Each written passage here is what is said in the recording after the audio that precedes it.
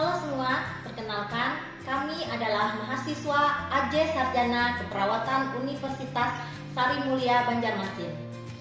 Kami akan mengupas lebih dalam mengenai masalah stunting yang banyak terjadi pada balita sekarang ini. Di Indonesia, kejadian stunting pada balita masih tinggi. Hasil riset Kesehatan Dasar Riskesdas Republik Indonesia tahun 2018 menunjukkan sekitar 30,8% balita mengalami stunting. Angka ini menjadikan stunting di Indonesia sebagai masalah berat karena rekomendasi WHO untuk kejadian stunting pada anak ialah kurang dari 20%. Berdasarkan data studi Status Gizi Indonesia (SSGI) tahun 2021, prevalensi stunting di Indonesia mencapai 24,4% dan prevalensi di Kalteng yaitu 27,4% yang merupakan urutan tertinggi ke-14 dari 24 provinsi di Indonesia. Lalu bagaimana dengan angka kejadian stunting di Pulang Pisau? Di Kabupaten Pulang Pisau, angka prevalensi balita stunting sebesar 24,6% dari data SSGI tahun 2021. Di wilayah kerja Puskesmas Pulang Pisau sendiri, dari data pada bulan Juni tahun 2022, ditemukan kasus stunting di Kelurahan Pulang Pisau sebanyak 12 balita, di Desa Anjir Pulang Pisau sebanyak 34 balita, di Desa Mantaren 1 sebanyak 19 balita, di Desa Mantaren 2 sebanyak 17 balita, dan di Desa Mintin sebanyak 22 balita. Dan berdasarkan data program Gasling Puskesmas Pulang Pisau, terdapat 23,7% masyarakat Desa Anjir Pulang Pisau yang belum mempunyai akses jamban sehat. Hal ini tentu mempengaruhi kejadian stunting di Desa Anjir Pulang Pisau. Lalu, apa sih stunting itu sebenarnya? Mari kita simak penjelasan berikut ini. Stunting atau sering disebut juga dengan pendek atau kerdil adalah kondisi gagal tumbuh pada anak berusia di bawah 5 tahun akibat kekurangan gizi kronis dan infeksi berulang terutama pada 1000 hari pertama kehidupan, yaitu dari janin hingga anak berusia 23 bulan. Anak tergolong stunting apabila panjang atau tinggi badan si anak berada di bawah -2 standar deviasi panjang atau tinggi anak seumurnya. Pencegahan stunting perlu dititikberatkan pada penanganan penyebab masalah gizi yang terbagi menjadi 2, yaitu masalah langsung dan masalah tidak langsung. Penyebab langsung mencakup 2, yaitu kurangnya asupan gizi serta penyakit infeksi. Sedangkan penyebab tidak langsung mencakup 4, yaitu ketahanan pangan, yaitu akses pangan makanan yang bergizi. Yang kedua, lingkungan sosial, yaitu pemberian makanan bayi dan anak, kebersihan, pendidikan, dan juga tempat kerja. Yang ketiga, lingkungan kesehatan, yaitu akses masyarakat ke posyandu, ke puskesmas, serta ke rumah sakit. Yang keempat, lingkungan pemukiman, yaitu akses air bersih, air minum, serta sarana sanitasi, yaitu jamban. Keempat faktor tidak langsung tersebut mempengaruhi asupan gizi serta status kesehatan ibu dan anak. Intervensi terhadap keempat faktor penyebab tidak langsung diharapkan dapat mencegah masalah gizi. Menurut WHO, dampak yang ditimbulkan stunting dapat dibagi menjadi 2, dampak jangka pendek dan dampak jangka panjang.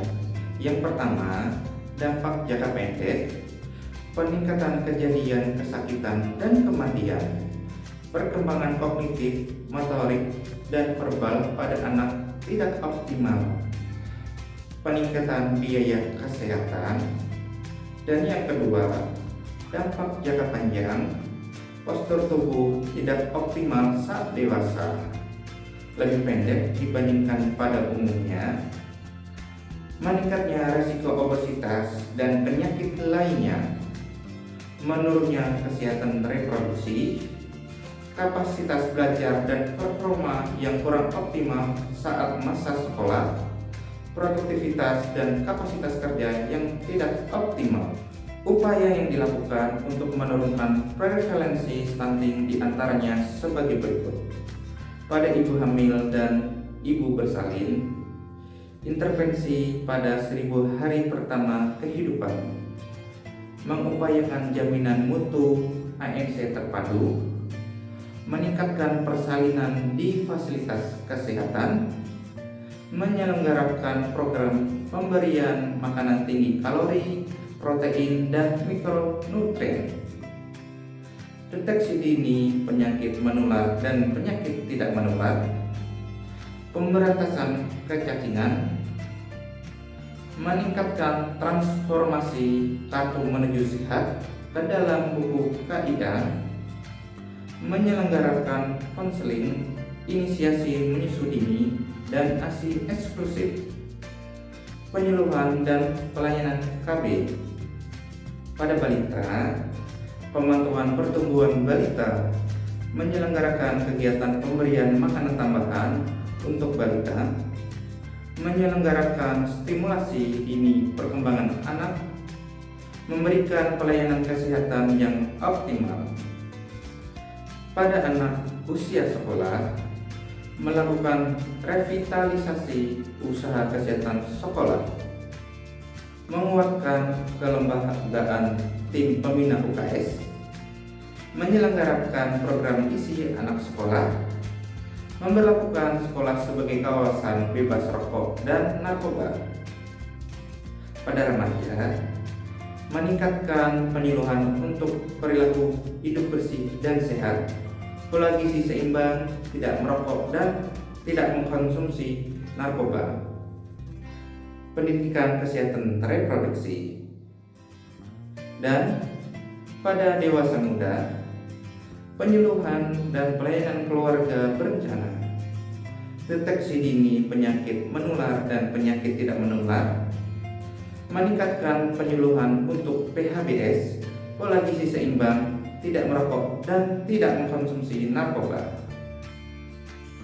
Upaya pencegahan stunting pada ibu hamil yang dianjurkan, yang pertama, konsumsi asam folat sejak berencana kehamilan. Yang kedua, penuhi kebutuhan gizi selama hamil. Yang ketiga, konsumsi suplemen prenatal. Yang keempat, rutin memeriksa kehamilan ke fasilitas kesehatan. Yang kelima, istirahat yang cukup. Yang keenam, rutin beraktivitas fisik. Yang ketujuh, hindari penyakit infeksi. Yang kedelapan, berhenti merokok dan minum alkohol. Perilaku hidup bersih dan sehat merupakan salah satu indikator kesehatan yang perlu diterapkan dalam kehidupan sehari-hari. Nah, kondisi kesehatan yang baik, tempat tinggal dan lingkungan yang bersih dapat mencegah timbulnya penyakit infeksi, terutama pada balita. Nah, penyakit infeksi merupakan faktor resiko gizi kurang dan stunting. Perilaku hidup bersih dan sehat pada balita dilihat berdasarkan 10 kriteria PHBS, yaitu yang pertama, persalinan ditolong oleh tenaga kesehatan. Yang kedua, memberi bayi ASI eksklusif. Yang ketiga, menimbang balita setiap bulan. Yang keempat, menggunakan air yang bersih. Yang kelima, mencuci tangan dengan air bersih dan sabun. Yang keenam, menggunakan jamban sehat. Yang ketujuh, memberantas jentik di rumah sekali seminggu. Yang kedelapan, makan buah dan sayur setiap hari. Yang kesembilan, melakukan aktivitas fisik setiap hari juga. Dan yang ke-10, tidak merokok di dalam rumah. Selanjutnya, ada beberapa hal yang harus diperhatikan orang tua untuk mencegah anaknya mengalami stunting. Yang pertama, tetapkan jadwal atau aturan pemberian makan anak, atau yang sering kita sebut dengan istilah feeding rules. Jadi, sebaiknya orang tua dapat memberikan makanan secara teratur setiap harinya. Tetapkan waktu yang sama, baik itu pada pagi hari, siang, sore, ataupun pada malam hari. Kedua, tetapkan strategi pemberian makan yang sehat. Jadi, bagi orang tua wajib memberikan makan makanan yang sehat, jangan yang instan-instan. Dan juga bagi orang tua hendaknya memberikan makan makanan yang bergizi dan bervariasi agar anak tidak merasa bosan. Dan yang ketiga, tidak kalah pentingnya, bagi orang tua wajib memperhatikan perkembangan makan anak berdasarkan usianya. Demikian edukasi yang dapat kami berikan mengenai stunting. Semoga informasi yang kami berikan bisa menjadi manfaat bagi kita sekalian.